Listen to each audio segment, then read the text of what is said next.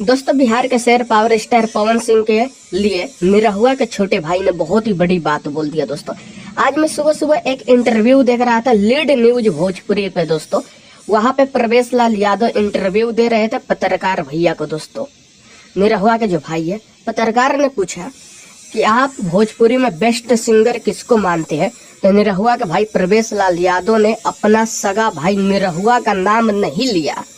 प्रवेश लाल यादव अपने सगे भाई निरहुआ भैया का नाम नहीं लिया, बल्कि उन्होंने नाम लिया कि पवन सिंह वर्तमान समय में भोजपुरी के बेस्ट सिंगर है और मैं उनका फैन हूँ।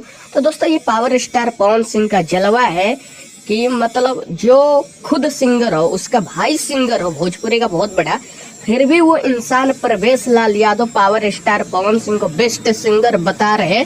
तो इसका मतलब यह है कि पवन सिंह के अंदर जरूर कोई क्वालिटी है कि कोई इंसान अपने भाई को बेस्ट सिंगर नहीं बता के पवन सिंह को बता रहा। तो इसका बात यह है कि पवन सिंह के अंदर जरूर कोई दम है। जी हाँ दोस्तों, प्रवेश लाल यादव भी बहुत अच्छे एक्टर है भैया।